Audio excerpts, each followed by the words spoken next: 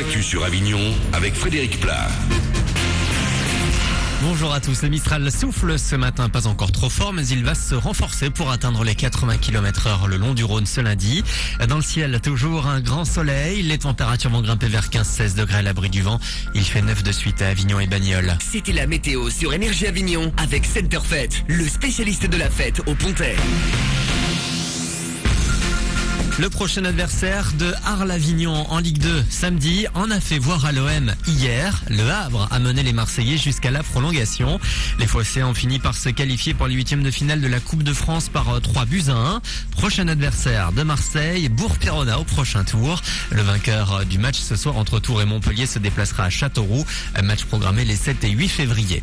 Toujours en sport, du tennis, il n'en reste plus qu'un seul Français en lice sur les cours de l'Open d'Australie. Richard Gasquet affronte en ce moment l'Espagnol David Ferrer pour une place en quart de finale. Cette nuit, Joe Wilfried Tsonga a été éliminé. Sport toujours, mais à la barre du tribunal de grande instance de Marseille, c'est aujourd'hui que Fabrice Berton doit être fixé sur son sort.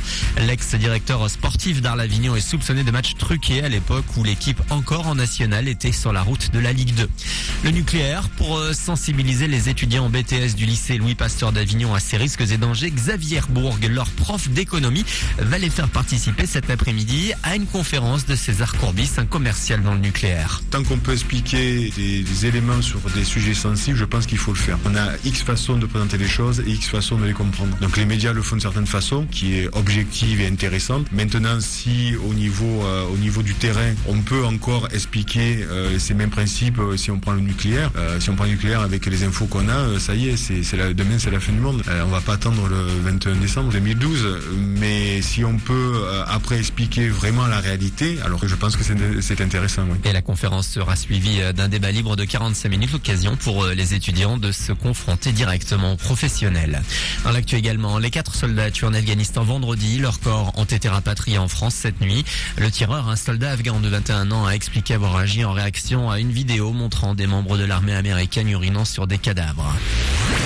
Les Energy Music Awards pour finir, J-5 avant la cérémonie en direct du Palais des Festivals de Cannes. Ça se précise sur place avec l'arrivée des camions, les premiers qui arrivent en attendant les artistes d'ici 72 heures environ. Notre Christophe Maé, Shakira, Coldplay, Mylène Farmer ou encore David Guetta seront présents samedi soir.